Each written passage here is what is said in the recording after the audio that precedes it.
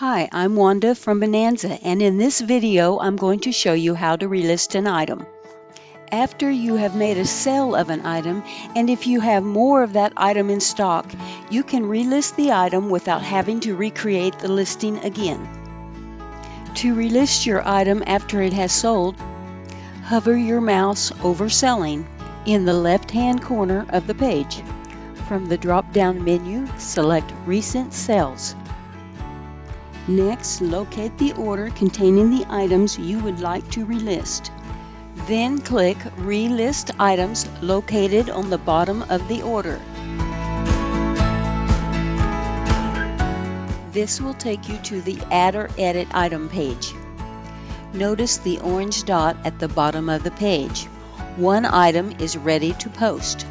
Next, click Update Your Booth. This will take you to your active listing.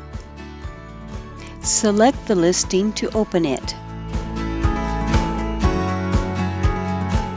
If you need to change the quantity for this item, select Edit Item.